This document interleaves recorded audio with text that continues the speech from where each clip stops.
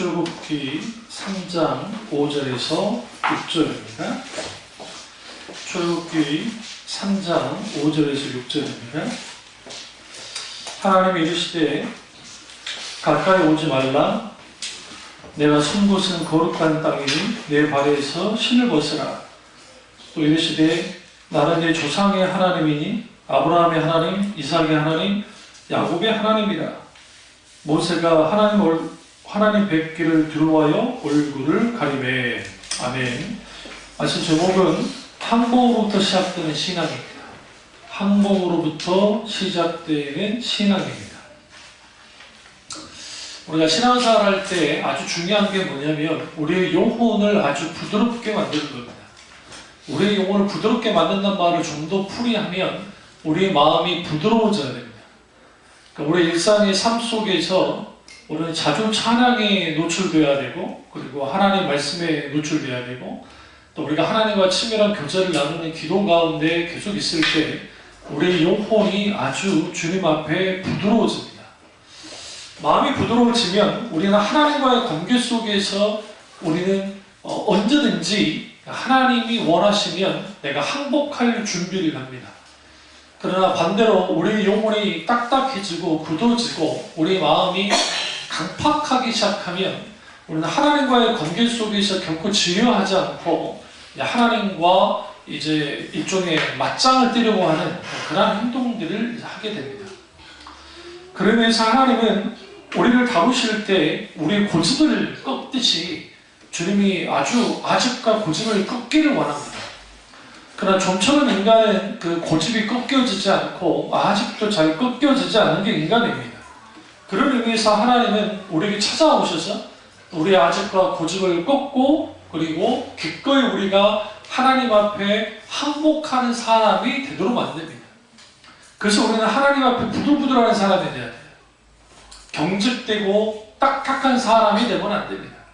문제는 오늘날 너무나 많은 사람들이 예수 그리스도를 믿는다고 하지만 하나님 앞에 직접적으로 항복한 적이 없어서 항복한 삶을 사는 것은 이건 거의 불가능하게 느끼고 주님 앞에 실질적으로 자기 인생에 항복한 적이 없기 때문에 신앙의 출발조차도 못하는 것을 보게 되어집니다. 이게 문제입니다. 오늘 본문에 있는 모세가 80살이 되어져서 그의 인생 다 끝났다고 생각한 그 시점에 하나님이 찾아오셨습니다. 그리고 그 하나님께서 요구하셨던 것은 그의 신발을 벗고 그리고 주님 앞에 납작 엎드리기를 원했습니다. 이런 놀라운 하나님의 역사가 있었고 그리고 그 살아서 역사하신 하나님을 만났음에도 불구하고 우리가 잘 알듯이 이 모세가 하나님의 명령을 따르기를 거부했습니다. 왜 거부했느냐? 이전에는 그가 40살 때는 무엇이든지 시키면 할 수 있다는 생각을 갖고 있던 사람인데 40년이 지나서 80살이 되니까 이제는 어떤 것도 할 수 없다고 생각하는 말 그대로 패배적인 생각을 갖고 있던 사람입니다. 그런 사람이 하나님께서 이제 찾아오셨고 그에게 항복을 요구하셨고 그리고 그가 이제 하나님 앞에 항복했습니다. 어떻게? 엎드려서 항복했습니다. 그러나 이거는 순전히 하나님이 명령하셨기 때문에 했던 거예요. 이게 아주 중요합니다. 그러니까 하나님께서 엎드려라 하니까 엎드리는 거고 그가 실질적으로 자기가 자의적으로 하나님 앞에 항복한 것이 아니었습니다. 그리고 주님이 이제 나타난 이유에 대해서 분명히 말합니다. 이스라엘 민족을 이제 구원해라.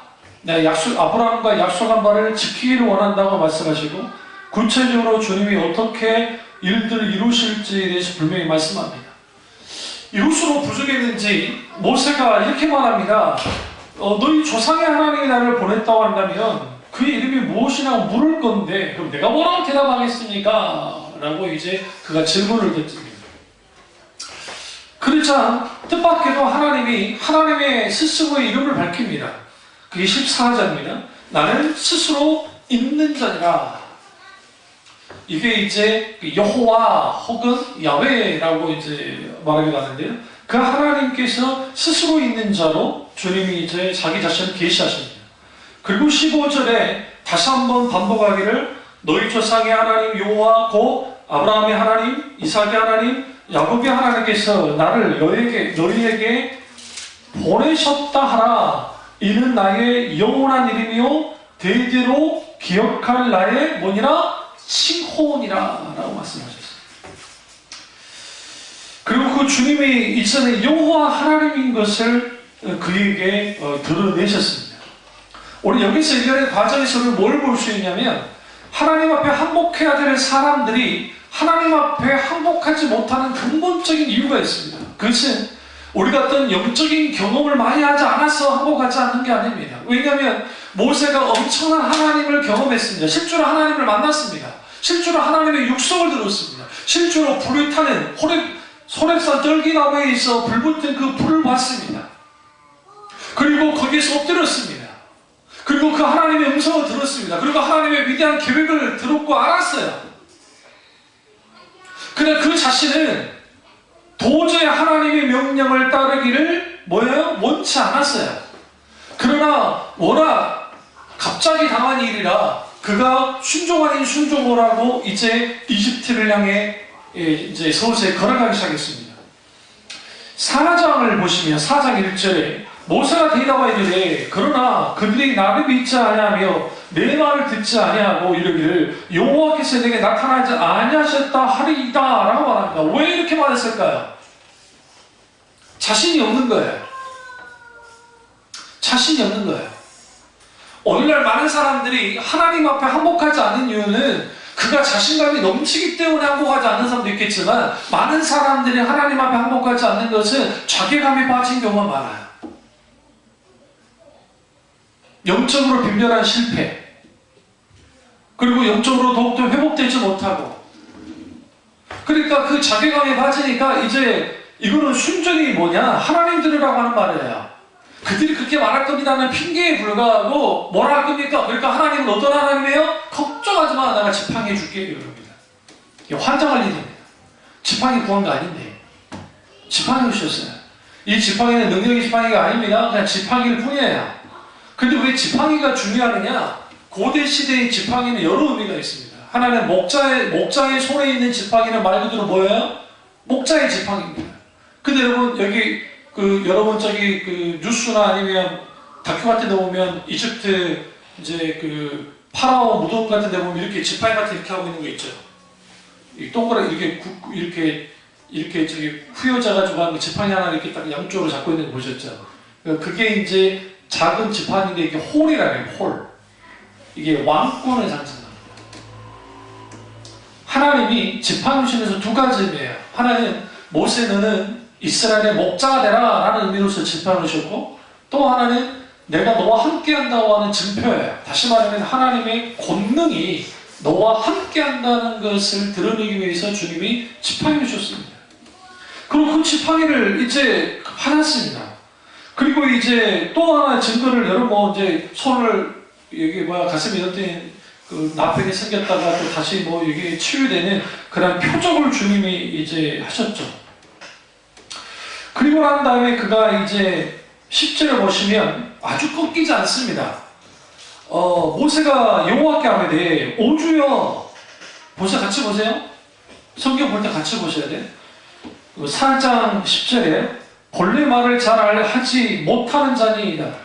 주께서 주의 종에게 명령하신 후에도 역시 그러하니 나는 입이 뻣뻣하고 혀가 둔한 자니이다. 여러분 이것은 아주 큰 핑계입니다. 왜 그러냐면 모세가 뭘 배웠다 했죠? 수사학을 배웠다 그랬습니다. 고대 시대의 지도자들은 기본적으로 수사학, 말 잘하는 걸 뜻해요. 말을 연설을 잘해야 됩니다. 그러니까 기본적으로 왕자 교육을 받았다는 것은 그가 아주 말을 달변가적으로 잘하는 거예요. 성경에 보시면 아론을 붙였어요. 후에 주로 누가 말합니까? 아론이 말합니까? 아니요, 모세가 다 말해요. 성경을 보시라고요. 성경에 보시면 아론이 말하는 것처럼 모세가 다 말한다고요. 이 말은 무슨 말이냐면 내 입이 뻣뻣하다는 말이 무슨 말입니까? 나 말을 못하는 사람이야. 내 혀가 둔합니다. 나 이 사역 안 하겠다는 거예요. 그러니까 지금 하나님이 명령하시는데 그 명령에 순종하지 않겠다고 하는 것을 아주 완곡하게 그 스스로를 낮추는 듯 하면서 그걸 거부하는 거예요. 한 인간이 하나님 앞에 항복해가는 과정을 보면 모세처럼 우리가 그냥 모세가 만약 한 번에 탁 하나님 앞에 항복하면 얼마나 좋겠어요. 누구처럼? 사도 바울처럼. 그런데 대부분의 인간들은 자기 핑계를 냅니다. 왜 당신은 하나님 앞에 항복하지 않습니까? 라고 물어보면 나는 이런 이유 저런 이유가 있어서 그렇습니다 라고 합니다. 그때마다 하나님은 뭐라고 하냐면 그 핑계가 통하지 않는 말들을 또 주님이 그런 것을 예배하시고 준비하시고 주님이 실질적으로 하시는 거예요. 그러자 이제 아론을 너에게 붙여주겠다라고 말합니다. 그러니까 여러분 여기서 우리가 아셔야 할 것은 뭐냐면 이 13절을 보세요. 모세가 이르되 오 주여 보낼 만한 자를 마소서 보내소서. 지금 하나님이 누구를 보내겠다 했어요? 모세 너 보낼 거야. 난 너를 보내줄 거야. 그러니까 걱정하지 마. 내가 함께 있잖아. 지파인가들 줘가면서 내가 권능을 함께 해줄게. 너에게 표적을 보여줄게. 표적과 이적도 내가 행해줄게. 그리고 심지어는 너 말 못한다고 하니까 네 형 아론까지 붙여줄게 라고 말합니다. 그러니까 14절 보시면 성경에 보시면 여호와께서 모세를 향하여 뭐 했다? 노했다라는 표현이 있어요. 여러분 성경에 한 개인을 향해서 하나님이 노한 경우가 별로 없어요. 잘 보세요. 있어요? 여러분 요나 보세요. 요나 그렇게 뺀질뺀질하고 말 안 들어도 요나한테 주님이 노하셨다라는 말이 없어요. 그런데 모세를 향해서 주님이 노하셨습니다. 화가 나셨습니다. 그리고 아론이 짰냐라고 말합니다. 아론과 모세가 몇 년을 떨어져 있었어요? 40년을 떨어져 있었습니다. 여러분 40년 동안 형제들이 왕래하지 않고 있으면 남이랑 똑같아요. 안 그럽니까? 근데 하나님이 아론이 있다고 말씀하십니다. 그리고 그가 너를 대신해서 그가 말할 거다. 심지어는 주님이 16절에 엄청난 말씀하세요. 뭐라고 하느냐? 그는 내 입을 대신할 것이요 너는 그에게 하나님같이 되리라. 여기서 하나님같이 되리라는 표현은 뭐냐면 내게 하나님께서 어떻게 엄청난 권위를 주시겠다는 것을 약속하시는 겁니다. 이렇게까지 있어요. 이렇게까지 하나님이 이렇게까지 했는데 24절 가보시면 저렇게 4장 24절 모세가 길을 가다가 숙소에 있을 때에 여호와께서 그를 만나사 그를 어떻게 했어요? 죽이려 하십니다. 이상하지 않으세요? 하나님이 갑자기 죽이려고 그래요. 성경에 하나님이 직접 손보려고 하는 인물이 누가 있나요? 없어요. 모세 외에는. 아브라함 생각해보세요. 야곱 생각하면 누구나 말해보세요. 누가 하나님이 직접 손보려고 했냐? 하나님이 직접 모세를 죽이려 했습니다. 오늘 많은 사람들이 항복부터 신앙이 시작되는데 왜 하나님이 그걸 요구하냐면 하나님의 사역을 감당하든 하나님을 믿든 따르든 어떠든 간에 모든 신앙의 출발은 하나님께 항복함으로 시작돼요. 근데 모세가 지금 하나님께 겁먹었어요. 하나님은 화내는 데서 정죄했잖아요. 생각해보세요. 성경에서 하나님이 직접 화냈어요. 여러분에게 직접 하나님 화내보세요. 저한테 하나님이 직접 화내보세요. 얼마나 겁이 나겠어요. 겁이 나니까 어쩔 수 없이 이제 가는데 속이 문들어 주는 거예요. 나 가기 싫어 죽겠는데. 나는 그 사역 감당하는 거 원치도 않고 그런 능력도 없고 그런 관심도 없는데 하나님이라는 분이 갑자기 찾아와가지고 싫다는데 어찌로 가냐는 거예요. 하나님이 그 중심을 보셨어요. 그가 온전히 하나님 앞에 깨지지 않았다고요. 그러니까 하나님이 직접 죽이려 듭니다. 이때 시보라가 아주 정말 지혜롭게 행동을 했는데 그게 뭐냐면 돌칼을 가져다가 게르솜의 표피를 뺍니다. 포피는 남자아이들 성기를 말하는데 그러니까 우리 그 고리 잡듯이 탁 뺀 거야. 왜 그게 가능했을까? 십보로나 이드로나 다 이스마엘 족속이라 했죠. 이스마엘 족속들의 특징, 그러니까 아브라함의 족속의 특징은 뭐예요? 몸에 뭘 했어요? 뭐를 했어요? 몸에 언약을 새겼는데 그게 할례야, 할례. 그러니까 적어도 십보라도 뭐를 알고 있어요? 할례가 뭔지는 알아요. 왜? 아브라함 시대에 할례를 했으니까. 할례를. 그러나 광야 이스라엘 백성들은 할례를 행하지 않았습니다. 왜냐하면 종살을 했기 때문에. 그래서 요수아가 이제 이스라엘 민족을 여리고 평야 제도로 딱 들어가고 난 다음에 가장 먼저 한 일이 뭐예요? 할례부터 했어요. 여러분 이게 말이 안 되는 게 오늘날에도 의학의 발전에서 이제 고래를 잡잖아요. 어릴 때부터 고래 잡잖아요. 그러면 한 일주일 정도로 고생을 해요. 약도 먹어야 되고 만약에 덧나면 병원 가서 치료도 해야 돼요. 소독도 해야 되고 쉽지 않거든요. 그런데 그 고대 시대에 지금 할례를 했다. 그것도 지파마다 돌아가면서 할례를 했어요. 그러면서 거의 일제히 했단 말이에요. 그러면 생각해보세요. 지금 바로 앞에 지금 전쟁할 상대가 있는데 그것도 도시국가로서 완전히 무장한 그들이 있는데 지금 바로 그 보이는 앞에서 할례를 했다는 거예요. 근데 왜 하나님 할례를 요구했을까요? 할례의 표준은 뭘 의미하냐면 철저하게 하나님 백성 되라는 거예요. 할례는 결국 하나님과 언약을 맺는 행동이긴 하지만 또 하나는 그 할례의 언약 속에는 뭘 갖고 있냐면 죽음이에요. 내가 죽고 새로운 내가 된다는 거예요. 그래서 이 할례가 시작이 오면 뭐로 바뀌어지냐면 세례로 바뀌는 거예요.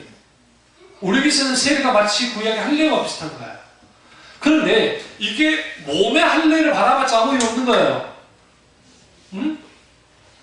그 바울이 로마서나 근대에서 몸의 할례가 뭐 그렇게 중요하냐, 마음의 할례가 중요하다 말하는데 이미 에스겔에서도 그렇고 너희가 할례를 받았지만 마음의 할례를 받지 않았다고 말하면서 하나님이 질문해서 말합니다. 그리고 오늘 이 시포라가 게르솜의 표피를 할례를 탁 하는 이유는 그는 하나님이 명령한 것이 아니라 하나님 보십시오. 모세의 뒤를 이을 아들입니다. 근데 이 아들의 표피를 뱀을 통해서 하나님의 언약이 성취되기를, 그리고 이전에 내가 아니라, 이전에 모세가 아니라, 이전에 모세 가족이 아니라 이전에 새로운 가족이 될 테니까 하나님 뭐 해달라고? 용서해달라는 것을 행동으로 보입니다. 행동. 그러면서 그가 이렇게 말합니다. 시보라가 당신은 참으로 내 피 남편이로다. 내 피남편이란 말이 무슨 말입니까? 이전에 이 할례의 피가 묻혀진 남편이라는 거예요. 그러니까 하나님이 이 피를 보시고 뭐 하라는 거예요? 26절 보세요. 아주 무서운 장면이 나옵니다. 여호와께서 그를 놓아주신다. 여러분 어떻게 시보라가 모세가 지금 하나님의 진노 가운데 죽게 됐다고 알았어요? 하나님이 꽉 붙잡는 거예요. 죽이려고. 그걸 본 거예요. 그제서야 하나님이 도와줬어요. 그리고 난 다음에 성경은 놀랍게 아론과의 제외 장면을 딱 보여줍니다. 가는 길에 대한 기록이 없습니다. 왜 그런지 아세요? 여러분한테 어떻게 가겠어요? 꽁무니를 빼고 달려가는 거예요. 이제 죽을 뻔했으니까. 이제는 하나님께 주거나 바로한테 주거나 별말 다를 건 없을 것 같지만 좀 문제가 있어요. 바로한테 죽더라도 천국에는 가지. 근데 하나님께 죽으면 천국에 못 가잖아요. 그러니까 그가 죽기도 하고 죽기를 하고 갑니다. 그리고 난 다음에 모세가 365도 완전 바뀌어요. 180도, 360도 많이 넘고 180도 바뀌어요. 완전히 바뀌어버립니다. 더 이상 이전의 모세의 모습을 볼 수가 없습니다. 여기서 우리는 교훈을 얻어야 돼요. 어떤 교훈을 얻어야 되냐면, 하나님은, 잘 들으세요? 하나님은 하나님의 자녀를 선택했을 때 하나님은 그 사람이 항복할 때까지 하나님을 다보세요. 이게 아주 중요해요. 그럼 어떤 사람이 지혜로운 사람이에요? 빨리 항복한 사람이 지혜로운 사람이에요. 모세처럼 계속 튕기다가, 모세처럼 자신감 없어 하다가, 모세처럼 마치 자기는 하나님께 겸손한 척 하다가 혹은 자기 능력 없음을 한탄하다가 뭐 하는 거예요? 하나님이 진노를 샀고 그가 죽기 일보 직전에 갔다가 겨우 살아나는 거죠. 그게 오늘날 우리의 모습일 수 있어요. 예수님의 달란트 비유 속에서 이런 게 잘 드러납니다. 그러니까 많은 사람들이 착각하는 게 그 달란트 비유에서 핵심이 뭘까? 달란트를 남긴 게 핵심이 아니에요. 많은 목사님들이 설교하실 때 달란트 남긴 것에 집중하잖아요. 5달란트를 남겼고 2달란트 받는 사람 2달란트가 남겼어요. 그러면 그 정도면 100% 남긴 거잖아요. 대단한 사람들이잖아요. 이유를 100% 남겼다. 대단하죠. 그런데 하나님의 관심은 거기에 있지 않았어요. 뭐 있었어요? 착하고 충성된 종아 적은 일에 뭐 했음에? 충성했음에. 하나님의 충성의 관심이 있었어요. 그러면 한 달한테 남긴 자는 뭐가 문제였습니까? 한 달한테 남긴 자는 충성하지 않았어요. 순종하지 않았어요. 자기 뜻 가운데서 그냥 달란트를 땅에 묻었을 뿐이에요. 그 한 달한테 받은 자가 횡령한 것도 아니에요. 뭔지 아시죠? 횡령한 것도 아니고 그렇다고 해서 그거 가지고 뭐 한 것도 아니에요. 그냥 땅에 묻어뒀을 뿐이에요. 그때 하나님이 뭐라 합니까? 악한 종아라고 주님 말씀하십니다. 악한 종아. 그래서 주님이 그에게 뭐예요? 심판하시죠. 오늘날 우리가 하나님 앞에 항복하느냐 마느냐는 내가 항복할 것인가 안 할 것인가 결정하는 문제가 아닙니다. 하나님 앞에 항복은 그리스도인이라고 하면 마땅히 항복해야 됩니다. 만약에 신앙생활을 그토록 오래 했음에도 불구하고 하나님 앞에 전적인 항복의 경험이 없다고 한다면 그 사람은 엄밀히 말해서 그리스도인이 아닙니다. 왜 그러냐? 예수 그리스도의 십자가의 죽음과 성령의 조명 가운데 중생의 놀라운 성령의 역사가 나타날 때 그때 경험하는 게 뭐냐? 내 자신이 십자가 앞에 죽어지는 것을 경험합니다. 그리고 하나님 앞에 절대적으로 항복하는 것을 경험합니다. 그 항복함을 통해서 뭐 하기 시작하느냐? 이제는 더 이상 내 마음대로 사는 것이 아니라 주님의 뜻 가운데 살아가야 되는 사람인 것을 알게 되는 거죠. 우리는 적어도 세 가지의 하나님께 항복해야 됩니다. 첫째는 하나님의 절대 주권에 항복해야 됩니다. 오늘 모세가 문제가 됐던 것은 하나님의 절대 주권에 그가 도전하는 겁니다. 예, 어떻게 보면 도전한 것 같지 않아 보이지만 하나님이 모든 것을 다 해주겠다고 실제로 모든 계획과 모든 방법과 심지어는 하나님이 어떻게 역사하실 것까지 다 드러냈습니다. 그러나 그가 그걸 거부합니다. 하나님이 절대 주권에 항복한다는 말은 무슨 말이냐면 하나님이 나의 주인이고 나의 주권자가 됐어요. 주님이 나의 주인이자 주권자가 됐을 때에 나는 비로소 하나님의 백성이 되는 것이고 비로소 하나님의 권속이 되는 거예요. 이 권속이 된다는 말은 무슨 말이냐면 이제는 하나님께 속한 자가 되어져서 그 권속으로서 누릴 수 있는 하나님이 주신 유업을 받을 수 있는 거예요. 그러나 많은 사람들이 신앙생활하면서 하나님이 절대 주권에 항복하려 하지 않습니다. 왜 항복하려 하지 않느냐면 하나님의 주권이 내 앞에 딱 섰을 때 하나님의 주권이 있을 때 우리의 숨이 막히는 거예요. 턱 막히는 거예요. 오늘날 현대인들의 특징이 뭐냐? 현대인들의 특징은 무한한 자유를 원합니다. 자유. 이게 그 포스트 모더니즘의 영향, 다원주의 영향 가운데서 무한한 자유. 근데 이 부분에 대해서 그 무한한 자유가 무한한 뭘 했냐면 혼란을 갖게 만들었습니다.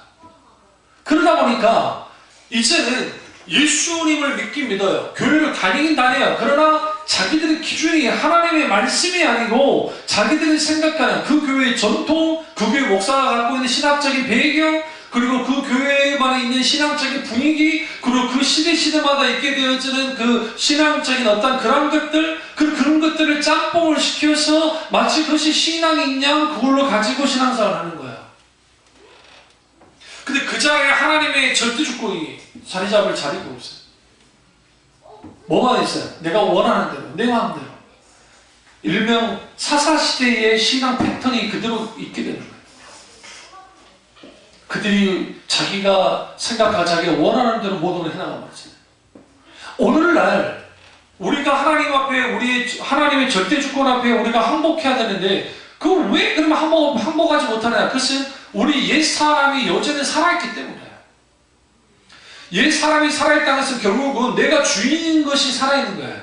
내가 주인이다 보니까 하나님이 주인이라고 오시니까 이게 싸우는 거예요.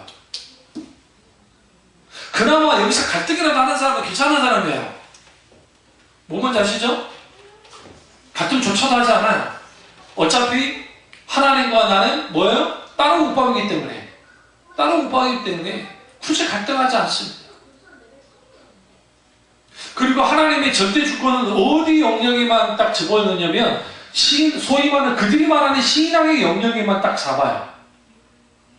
그 교회 영역은 마치 그래서 그 교회 안에서도 하나님의 절대 주권을 드러내진 않아요. 그러나 그 삶은 뭐냐? 확실하게 자기가 주인 되는 삶을 살아요. 그들 인생도 마찬가지고. 아주 유명한 목사님이신 은퇴하신 분인데요. 그분이 여러 책들을 엄청난 책을 썼어요. 근데 이분도 뭐 기독교 윤리 뭐 아주 건전한 뭐 개혁주의는 아니지만 그분이 개혁적인 어떤 윤리 도덕적인 어떤 그런 목회를 하신다고 하는 분이고 이번에 M교회 문제가 터졌을 때 그분도 나서서 김아무개 목사님이 좋은 말 많이 하셨어요. 근데 그럼에도 불구하고 그분이 신앙과는 아주 위험합니다.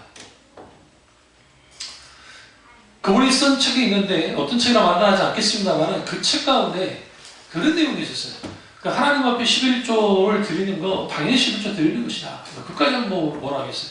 그러면서 하는 말이 우리가 하나님께 11조를 드렸고 그리고 10분의 9가 남았으니까 그 10분의 9 우리가 마음대로 원하는 대로 쓰면서 하라. 근데 뭐가 그렇게까지 문제가 되냐? 10조 드리는 게. 뭐가 문제가 되느냐? 10분의 9를 네가 원하는 대로 마음대로 쓰면서 살아라는 데 문제가 되는 거예요. 물론 그분의 의도는, 그분의 책에서는 그런 의도는 아니었을지 모르지만 그분이 말하는 부자라는 게 뭔가 도대체 응? 그 부자에 대한 글을 썼는데요. 그러면서 그 속에서 했는데 그건 아주 위험한 말 아니에요. 왜 그러냐면 하나님이 우리에게 11조를 바쳐라는 것은 단순히 10분의 1을 세금처럼 바쳐라는 의미가 아니라 우리가 물질이든 어떤 것이든 모든 것은 하나님께로부터 하나님 은혜 가운데 우리가 살 수 있게 되어졌기 때문에 결국 모든 물질은 하나님의 것이되 우리가 10분의 1이라 하나님께 드리고 그리고 나머지 10분의 1을 어떻게 하나님을 위하는 하나님의 영광을 위하는 것처럼 돈을 쓰는 거예요. 그러니까 예수 믿는 사람은 돈을 낭비하면 안 돼요. 투기하는 데 쓰면 안 돼요. 뭔지 아시죠? 어? 돈 먹고 돈 넣기. 도박하는데 돈 쓰면 안 되고요. 제대로 된 예수 믿는 사람이면 명품 그런 백들 안 사요. 제가 분명히 말씀드릴게요. 그거 왜 필요해요 그게? 여러분 이상하지 않으세요? 소위 명품이라 일컬어지는 게 이탈리아와 프랑스에 많은데 그 어마어마한 게 팔려요. 왜 그럴까요? 돈을 주체할 수 없이 많은 사람들이 나 돈이 있어 뽐낼 수 있는 게 그거밖에 없어요. 어? 아시아에서 명품 백과 명품 옷을 가장 많이 사는 나라가 어디예요? 일본이에요? 한국이에요. 왜 한국 사람들이 그를 좀 다르냐? 우리나라는 옛날부터 거칠의 문화가 있어요. 체면 문화가 있단 말이에요.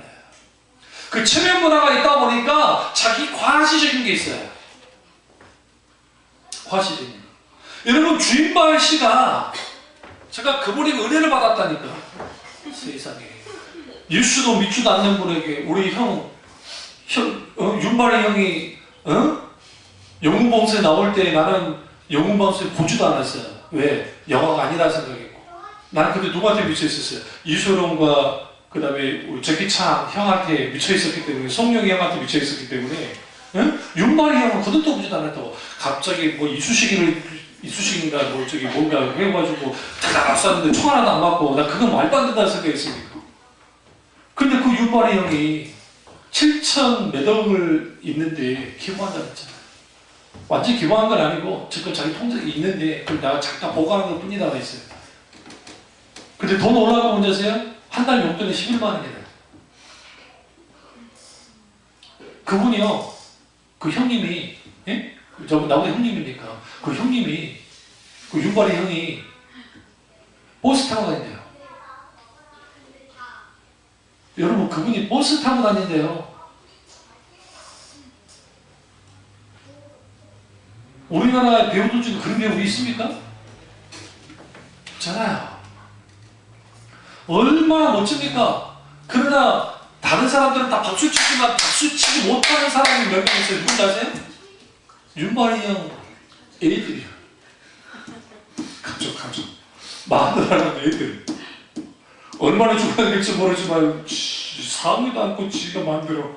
그러면 그걸 지킬 수 있는 사람은 그 부인 되신 분이 뭐 하면 돼요? 이혼하면 돼요. 이혼하면 재산 분할해가지고 반을 가져갈 수 있거든. 근데 그 윤발의 형이 왜 그렇게 다니냐 할 때, 아, 참, 됐어요. 그게 뭐 이상한 거냐. 아, 그런 분이 막 명품 치장하면서 막 다니겠어요? 아니에요. 아울렛 싼 거 있죠, 싼 거. 그냥 걸치고 다닌대요. 그러니까 그거 이상하지 않냐? 아, 뭐 이상하냐? 옷은 다 똑같이 보고 통해. 내 마음가짐이 나는 거지. 내가 입는 게 명품이면 명품인 거 아니냐? 오늘날 예수 믿는 사람은 좀 그래야 돼요. 네. 진짜로. 가짜 돈 하나 갖고 있는 자는 해결책.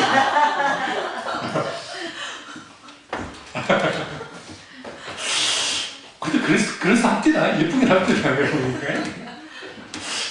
그러니까 우리가 하나님 앞에 항복해야 돼. 절대 주권에 항복해야 되는데 그 절대 주권에 항복하지 않는 거예요. 그러다 보니까 사람들이 하나님 아닌 다른 것에 항복을 하는 거예요. 오전에 했지만 돈에 항복하고 명예에 항복하고 권력에 항복하고 세상 쾌락에 항복하고 도박에 항복하고 술에 항복하고 기타는 여러 가지 막 항복하는 거예요. 근데 항복하고 사니까 불행해지는 거예요. 두 번째로 하나님의 영광에 항복해야 됩니다. 오늘 모세가 치명적으로 큰 실수를 했던 게 뭐냐면요, 호리산 떨기나무에 나타났을 때 이거는 어떤 거냐면, 여러분이 성경을 읽으시다가 갑자기 불이 임했다, 뭐 연기가 있다, 막 지진이 났다, 아니면 뭐 폭풍 가운데 있었다. 그러면 이 모든 것을 이런 언어가 뭐와 관계가 있냐면 하나님의 영광과 관계가 있어요. 영광 임재. 그러니까 하나님이 현재적으로 영광으로 임재하신 거예요.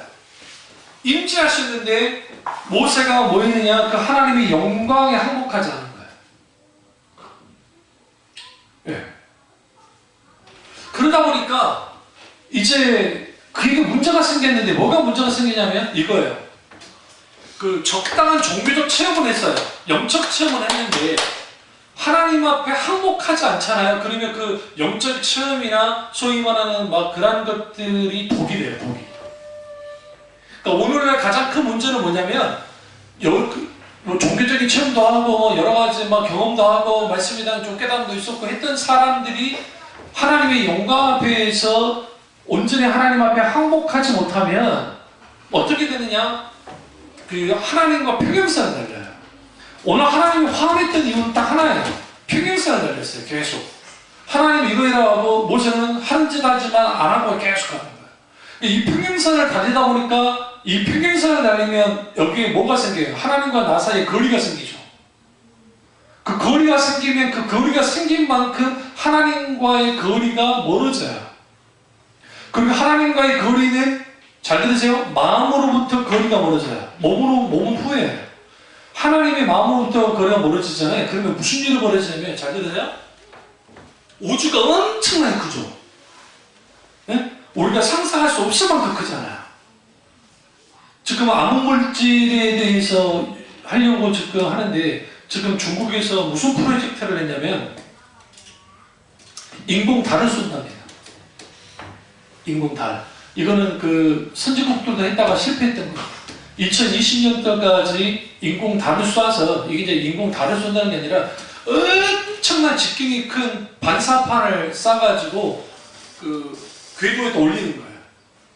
그래서 저기 인공위성이 보는 궤도에 또 올려가지고 햇빛을 이렇게 쭉 해서 이제 그 좀 추운 지역 아니면 또 깜깜한 지역이 있죠.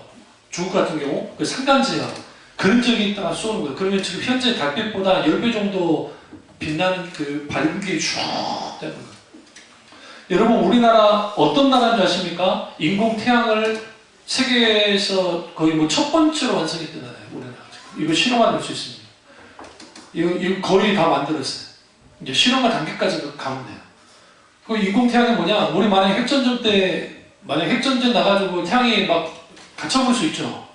그럴 수 있잖아요. 태양이 먼지에 막 이거 뭐 수백 년 동안 갇힐 수 있는데 그 인공 태양을 가지고 전기고 뭐고 다 할 수 있어요. 우리나라가 지금 그 선두주자. 어마어마한 거. 그러니까 그런 세상에 우리가 살고 있어요. 그런데 우리가 이 어마어마한 세상에 살고 있는데 사람들이 신앙생활 하면서 하나님과 나 사이의 거리가 얼마만큼 되느냐에 신경 쓰면서 사는 그리스도인들이 그렇게 많지 않아요. 아까 우리 그 십자가라는 찬양하지만 그 가사 하나하나를 쭉 보세요. 여러분 그 시마스 예수 삼아 응? 응? 예수아. 근데 여러분 좀 놀란 거 안 보셨어요? 우리 그거 입이 쭉쭉 뻗고 일본어로도 따라할 수 있겠죠. 그 이유가 뭔지 아세요? 우리 어순이 똑같아요. 그러니까 일본말하고 우리나라 어순이 똑같아요. 우리 마음만 먹고 여러분이나 저나 문법만 그렇다 치고 일본 회화를 마음만 먹고 한 6개월 정도만 계속하면 우리는 어지간한 일본을 할 수 있어요. 일본 사람들은 우리나라 말에 힘들어요. 그 이유는 뭐냐면 이 사람들은 모음이 없어요. 그러니까 받침이 없어요. 받침이. 발음이 힘들어요. 우리는 흉내 낼 수 있어요. 안 그래요? 다 흉내 낼 수 있어요. 응? 또 우리는 일제시대 때 했기 때문에 밖에서부터 시작해서 모르는 단어가 없어. 대부분 알아. 많이 알잖아요. 그런데 그 찬양을 쭉 들여다보시면 그 멜로디도 아주 뭐 귀하게 하죠. 그러니까 작곡한 그 곡도 좋지만 그 가사 쭉 보세요. 하나님의 임재 안으로 들어가고 들어가야 됩니다. 모세가 왜 위대하냐면요. 모세가 이런 일이 있었어요. 근데 그가 이제 충실히 하나님의 명령을 따라 순종합니다. 그리고 시나이 산에 이제 이스라엘 백성들을 데리고 갑니다. 그게 한 불과 1년 6개월 정도 됩니다. 출애굽하고 난 다음에. 시나이 산에 딱 들어갔을 때 하나님께서 모세에게 올라오라 하고 명령하십니다. 그래서 이제 그가 그 명령 따라서 올라오는데 그때 하나님의 금지 명령이 몇 개가 딱 떨어졌는데 그게 뭐냐면 아직 깨끗게 되지 않는 이스라엘 백성들 하나님이 그들을 돌격해서 죽일지도 모른다는 그 말씀을 하시면서 경계선을 딱 그었어요. 그리고 이스라엘 민족은 경계선 밖에 머물러 있으라라고 말합니다. 그리고 그 경계선 밖에서 시내산을 보니까 거기에 성경에 보시면 뭐라고 되어 있냐면 거기에 막 그 천둥과 번개와 우리가 바람에서 거기에 그 구름도 껴있고 막 그런 일이 벌어지고 있는 거예요. 여러분 반지의 제왕 보셨죠? 그 반지의 제왕에 막 그 연기 불을 나듯이 그랬단 말이에요. 그 상황에서 하나님께서 70장로들을 이제 그 경계선 안으로 들어오라고 명령하십니다. 그 이제 모세와 여호수아가 어떻게 하느냐? 70장로들과 함께 이제 경계선 안으로 딱 들어와요. 들어왔더니 무슨 일이 벌어졌냐면 불명이 눈앞에 구름이 꼈고 거기에 천둥 번개가 치고 불이 막 활 타올랐는데 딱 들어가니까 갑자기 맑은 하늘인 거예요. 성경에 청명한 하늘이 펼쳐졌다라고 했어요. 청명했어요. 이 사람들이 지금 생각했을 때는 그 안에 딱 들어가면은 뭐예요? 막 불타오르고 막 연기가 있고 막 그런 줄 알았는데 갑자기 청명한 하늘. 거기서 뭐였나요? 테이블 펠로우십. 우리 식탁교제를 했단 말이에요. 거기서 먹고 하나 있어요. 그리고 난 다음에 이제 강하게 성령이 임했다고 그래요. 우리가 하나님의 임재, 하나님의 영광에 항복해야 되는 이유는 뭐냐면 그 하나님의 영광에 항복할 때에 우리가 그 경계선 안으로 들어가는 사람이 될 때 하나님과 나 사이의 거리가 가까워질 때 거기에 뭐가 있어요? 그 강력한 성령의 기름과 임재가 있단 말이에요. 그 강력한 강력한 성령의 임재와 그 놀라운 기름 부으심의 역사가 우리 가운데 활활 타올라야 돼요. 서울중학교가 많은 부분에 이게 많이 죽어버렸단 말이에요. 그렇게 됐을 때 우리는 기꺼이 뭐하느냐? 하나님의 영광에 항복해요.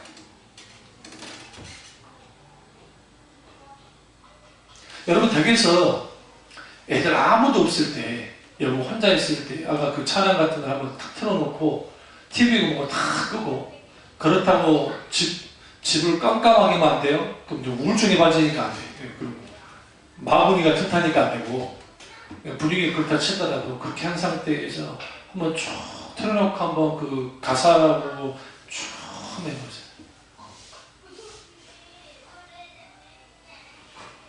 하나님이 다가오심이 있어요. 다가오심. 모세가 어디까지 올라갑니까? 시나이산 정상까지 올라갔습니다. 그리고 그가 하나님을 맞닥뜨립니다. 여러분 성경에 유일합니다. 하나님을 본 사람. 모세 외에는 하나님 본 사람이 없습니다. 근데 왜 모세가 하나님의 얼굴을 못 보고 하나님의 뒷모습을 봤다, 그림자를 봤다 했을까요? 그림자라는 표현에서는 어쨌든 뒷모습을 봤다 했죠. 그 이유는 뭐냐면 이거는 이제 은유적인 표현이에요. 실제로 하나님을 볼 수가 없어요. 영이시기 때문에. 형체를 갖고 있는 분이 아니에요. 그런데 그 하나님의 임재 가운데 하나님을 봤는데 그 어마어마한 영광의 임재가 얼마나 대단했으면 내려왔을 때 성경에 뭐라 했어요? 얼굴에 뭐가 나더라? 광채가 나더라. 그때부터 후광이 생긴 거예요. 여러분 연예인들이, 여러분 잘 못 보는 연예인들이 딱 보면은 느끼는 게 뭐예요? 와 할 때 있죠. 여러분 아세요? 카부키 화장했어요. 얼마나 예쁘게 머리부터 시작해서 잘 해놨겠어요. 생각해보세요. 제가 비록 이렇게 생겼고 이랬지만 나한테 그런 화장이랑 옷이나 또 내가 좀 살 좀 조금 빼고 배도 좀 빼고 해가지고 딱 생각딱 하면 저도 좀 그럴걸요? 뭔가 어떤 배우들 보고 정말 그런 것 같은 느낌이 들 때 있잖아요. 근데 모세의 얼굴의 광채가 얼마나 강했으면 성경이 뭐라 합니까? 이스라엘 백성들이 쳐다보지도 못했어요. 그러지 할 수 있는 방법이 뭐였어요? 그때 비로소 후드티라는 게 만들어진 거예요. 후드티를 쓴 거예요. 모세가. 수건으로 얼굴에 가렸다 성경이 말해요. 어떤 사람이 이러한 놀라운 기름 부음 가운데 있습니까? 영광의 임재 가운데 있습니다. 하나님의 영광에 뭐한 사람? 항복하는 사람. 모세가 여러분 우리 성경에 보시면 모세가 시내산 꼭대기가 올라가는 게 쉽다고 생각해요. 그게 아니에요. 목숨 걸고 올라간 거예요. 왜 40일 만에 안 내려왔을 때 이스라엘 백성들이 모세가 죽었다고 생각했을까요? 이 말은 뭘 의미하냐면 모세가 올라가서 죽을 수 있을 만큼 위험하다고 여긴 게 시내산 꼭대기예요. 왜 그러냐면 기본적으로 성경에서 하나님이 직접 대면하면 죽어요. 왜? 하나님 그분이 전지전능하시고 무소부지하신 하나님이시기 때문에 그 광대하신 하나님을 딱 맞닥뜨렸을 때 살아남을 피조물은 다른 면도 없어요. 근데 여러분들 이거 아세요? 그럼에도 불구하고 이제 우리가 하나님을 얼굴과 얼굴을 맞댈 때가 옵니다. 그게 언제야? 예수 그리스도가 재림하셨을 때, 그리고 하나님의 나라 새하늘과 새 땅에 들어갔을 때 하나님을 얼굴과 얼굴을 맞댑니다. 그러나 오늘날에도 성령께서 그러한 역사를 경험하게 만듭니다. 저는 그걸 진짜 경험했던 사람이에요. 고등학교 2학년 때 강력한 성령의 영광의 임재가 임했고 그러한 성령의 강력한 역사, 마치 하나님이 내 눈과 내 얼굴을 딱 맞닥뜨려 있는 그러한 놀라운 기름 부음과 영광의 임재의 경험을 아주 오랜 동안 했어요. 거의 1년 가까이. 강력한 뜨거운 불길이 등을 치고 나오는 기분이고 성령의 기름 부음이 얼마나 강한지 여기서 막 철철 흘러내려요. 내려오고.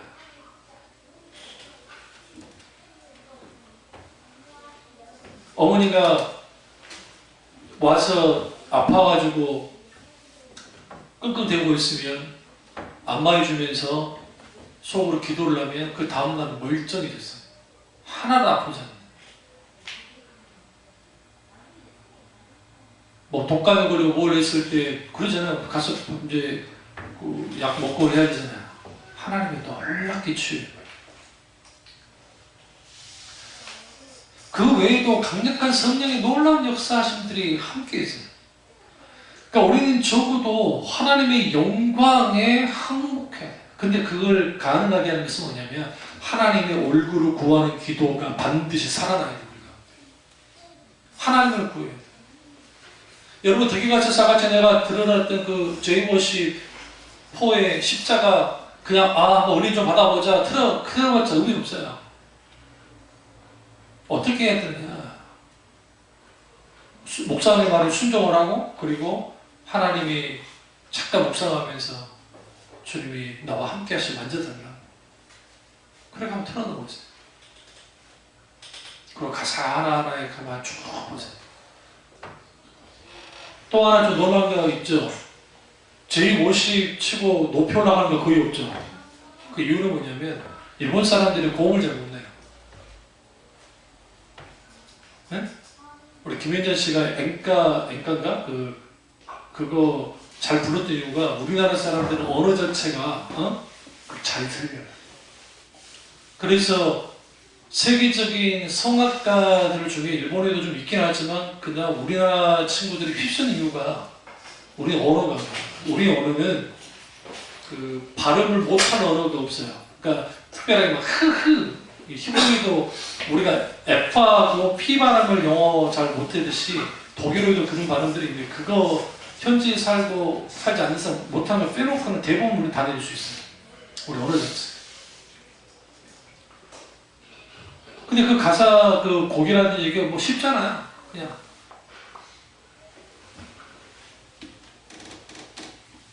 마지막 세 번째는 하나님의 깊이에 항목해야 돼요.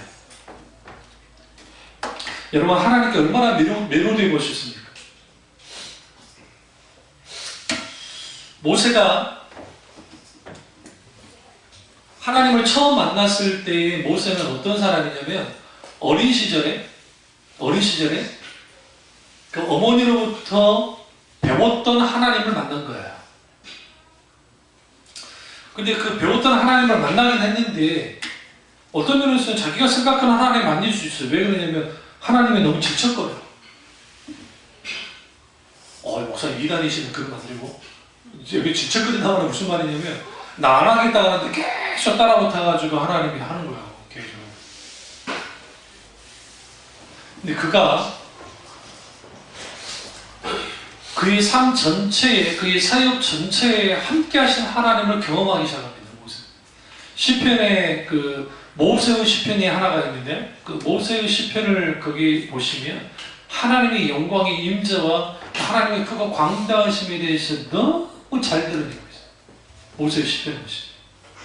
근데 그 모세가 하나님을 40년 동안 잘 들으세요? 40년 동안 하나님을 경험합니다.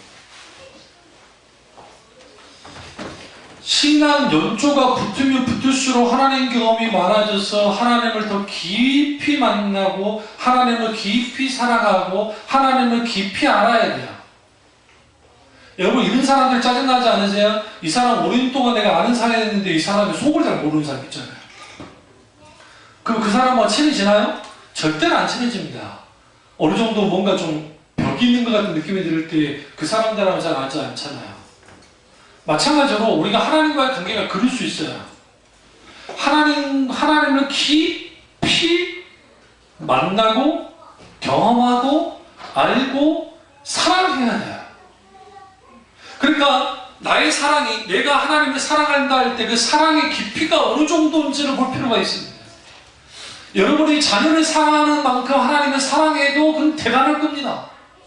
어떤 목사님이 하셨던 말처럼 우리가 돈을 사랑하는 만큼 하나님을 사랑했다고 한다면 오늘날 기독교가 이 정도는 되지 않았을 거라는 거예요.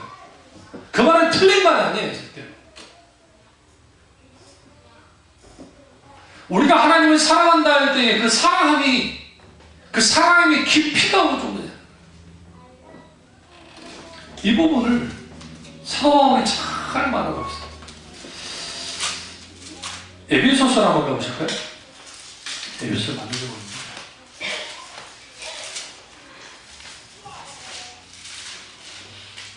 이 없으면 제가 찾아서 드리겠습니다. 그 깊이와 높이와 넓이와 그건데요.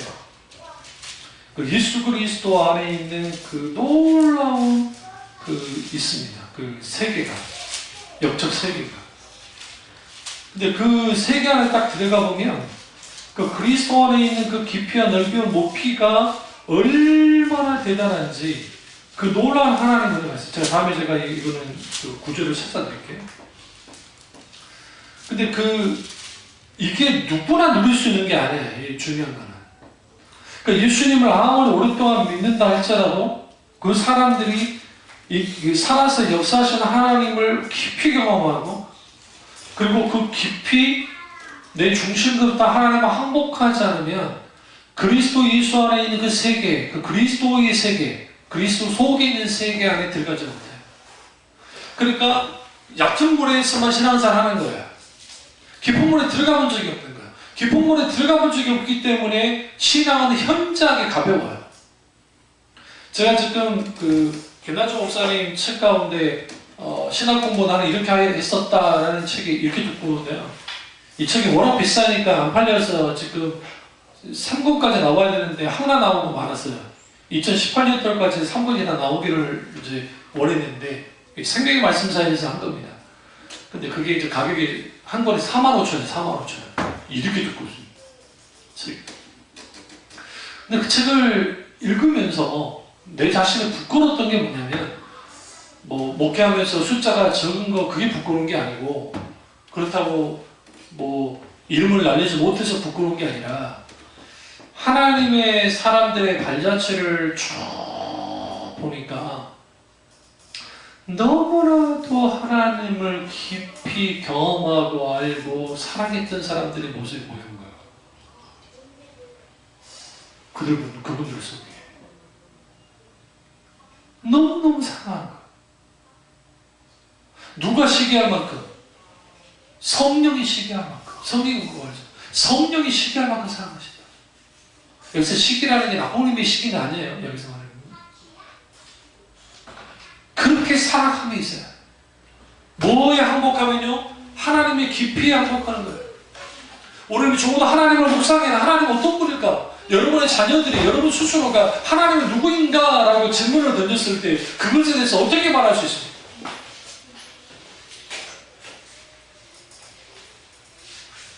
참비중학교에 와서 경험하는 하나님, 귀하죠? 글전에 경험했던 하나님 귀하죠? 그럼 지금 묻고 싶은 것은 지금 내게 있어서 그 하나님은 내게 어떤 분입니까? 어떤 의미가 있고? 우리는 분명하게 그걸 들여다봐야 돼요. 그래서 오늘날에 깊은 사유가 있는 신앙생활을 하지 못하다 보니까 현저하게 가볍고 그리고 때로는 일탈적이고 때로는 말초적이고 때로는 종교적인 유희 혹은 이걸 종교적인 쾌락 혹은 이걸 뭐라고 하냐면 종교놀이라고 표현 쓰는데 그 종교놀이하는 데 많은 사람들이 하다 보니까 정작 성경에서 말하는 하나님을 실제로 경험하지 못하는 거예요. 알지 못하는 거예요. 왜 그러냐? 하나님 앞에 하나님께 깊이 항복한 적이 없기 때문에. 차라리 우리가 잘 아는 이 선지자들, 여러 선지자들이 있지만 예레미야가 물 없는 웅덩이에 갇혀 있을 때 이 왕이 잔인한 겁니다. 어떻게 하냐면 처음에는 물을 줘요. 그래가지고 조금씩 주면 여기 물에 몸이 불잖아요. 부르면 뭐가 붙어요? 막 짐승들이, 그러니까 곤충들이나 아니면 벌레들이 붙다가 이후에는 저기 막 이제 쥐도 막 온단 말이에요. 그러면 빼요. 그러다 또 목까지 차게 또 만들어요. 물을 죽이지 않고. 그러면 이제 몸이 툭툭툭 붙죠. 그럼 이제 이러다가 또 죽을 것 같으면 또 끌어올려요. 올렸다가 또 내렸다가 올렸다가 내렸다가 그 짓을 계속했다고요. 차라리 죽는 게 나으고 죽는 게. 그래놓고 또 물을 아예 빼. 그리고 그거 등등 매달아놔요. 그 우물 안에. 그 빛도 안 들어오고 물 안 들어오고 그리고 먹을 음식도 안 줘요. 예레미야가 부르고 있었다고요. 우리 같았으면 못 견디고 그냥 갔을 거예요. 근데 예레미야가 그 시면의 고통 가운데 있으면서 그가 뭐 하냐면, 예레미야서를 쭉 보시면 그게 어디서 꽃을 발하는 줄 아세요? 이스라엘이 멸망을 해요. 그리고 이스라엘 백성들이 예레미야가 하나님의 참선지자였다는 걸 알았어요. 그러나 후에 또 그 예레미야를 다시 몰아서 이름을 톱으로 켜 죽이긴 하지만, 이스라엘이 멸망하고 예루살렘 성전이 불타고 사람들이 이제 난장판이 돼서 막 죽고 이제 잡히고 막 그랬단 말이에요. 그랬을 때 그 시점에 예레미야가 뭐를 쓰냐면 애가를 씁니다. 슬픔의 노래를. 근데 그 성경에, 그러니까 구약 성경에 다 뭐 귀하고 다 뭐 뭐라 나무랄 게 없고 다 하지만 굳이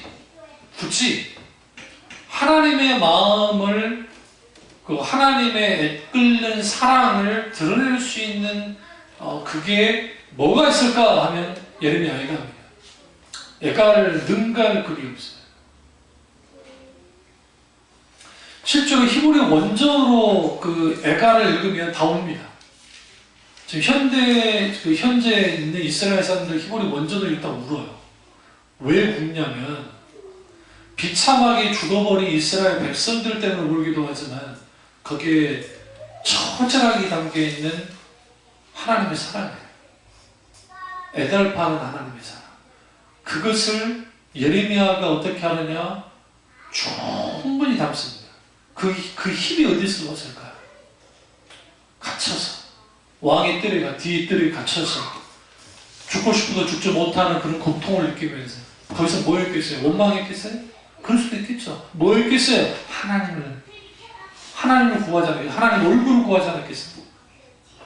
그곳에 하나님과 함께 하셨어요. 성경이 이렇게 말합니다. 예레미야의 목숨을 계속 하나님이 어떻게 했느냐? 지켰어요. 하나님이 지켜줬어요. 그리고 그가 하나님께 깊이 항복합니다. 그리고 애가서를 씁니다. 우리 그 찬양 가운데 주의 인자는 끝이 없고 주의 자비는 무궁하며 아침마다 새롭고 늘 새로우니 성실하신 주님. 있잖아요? 그 가사에 있는데 그게 예레미야 애가예요. 여러분 생각에 나라 쫄딱 망해서요? 처자식들은 내 눈앞에서 죽는 것을, 모욕을 당한 것을 보고 그런 상황이 벌어지고 있는데, 응? 주의 인자는 끝이 없고 주의 자비는 무궁하며. 여러분, 이 나라 이민족이 일본 놈들한테 멸망당하고 끝장이 났을 때 예레미야 같은 눈물의 목사님들이 없었다고 생각하세요? 많았어요. 민족의 아픔 때문에 울고, 조기철 목사님, 천양원 목사님, 기타는 그분들이 하나님 앞에 우는 거예요. 그리고 뭐예요? 하나님 앞에 깊이 항복했어요. 하나님 앞에 깊이 항복했던 사람들이 갖고 있는 심정이 뭐냐면, 그게 뭐냐? 아버지가 주시는 그 아버지 그 본래의 마음, 하나님의 마음. 오늘날 우리가 그 마음을 잃어버렸기 때문에 찬양을 해도 어떤 감동도 없고, 말씀을 들어도 어떤 기대감도 없고, 어떤 깨달음도 없고, 하나님 앞에 기도를 해도 통하고 잡아가고 우리 속에 열량이 없는 거예요. 이 말은 지금 안승호 목사를 향한 말이기도 하고 저는 여러분을 향한 말이기도 하고. 그래서 우리는 뭐 해야 되느냐? 하나님의 깊이 항복해야 돼요. 하나님 그분이 어떤 분이신지, 내가 믿고 있는 그 하나님이 어떤 하나님이신지 그분을 깨달아 알기 시작할 때 우리가 화목합니다. 그럼 화목하고 난 다음에 무슨 일을 보여줄까요? 이거예요. 나는 왜 이 땅에 존재하는가? 그것에 대한 해답이 주어집니다. 인문학 공부 아무리 해보세요. 불교 철학, 인간 철학 아무리 공부해보세요. 역사 아무리 공부해보세요. 심리학 아무리 공부해보세요. 상담학 아무리 공부해보세요. 도움이 어느 정도 되긴 합니다. 그런데 계속 저는 질문만 던집니다. 이 질문, 저 질문, 저 질문, 저 질문만 남아요. 마지막에. 왜 니체가 뒤로 갔을 때 정신이 오락가락했고 이후에 그 어마어마한 임마누엘 칸트, 헤겔, 기타 등등 어마어마한 사람들이 그 엄청난 사유와 그 엄청난 생각들을 했지만 결국 그들이 결론을 못 냈어요. 까미는 곤충으로 자살해 죽었고 목사의 아들이었던 쇼펜하우도 죽어버렸고 마지막 남는 것은 허무주의밖에 없어요. 인간이 하나님을 떠나서 자기 인생을 찾고 내 존재를 찾고 내 삶의 이유, 어떻게 살아야 할지, how to live, 어떻게 살아야 될지, who am I, 나는 누구인지에 대한 질문을 던져도 마지막에는 뭐밖에 없냐면 난 아무것도 아닌 거예요. 불교는 그것을 그럴싸하게 치장을 해서 모든 것은 뭐다? 무다. 돌고 도는 것이다. 라는 그러한 세계관을 가지고 그렇게 했을지 모르지만 기독교는 달라요. 어떻게 달라요? 속에 하나님을 깊이 만난 사람들이 특징들이 있습니다. 공통적인 특징들이. 그들의 존재가 변합니다.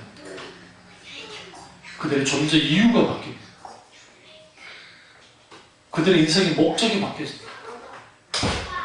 그리고 그들의 살아갈 이유가 과거에는 가족 때문에, 과거에는 나 자신 때문에, 과거는 어떻게, 이제는 그 살아가는 이유가 하나님 때문에 살아가기 시작합니다. 그분의 영광을 위해 살아가기 시작합니다. 그 신앙 속에 뭐가 있겠어요? 하나님 함께 하십니다. 어떤 인생이 복받은 인생이냐? 하나님이 함께하는 인생입니다. 오늘 우리가 항복부터 시작되는 그 시간, 정말 우리가 하나님 앞에 항복함을 통해서 이 놀라운 은혜를 누리시기를 주님의 이름으로 축원합니다. 기도하겠습니다. 기도하실 때 이 말씀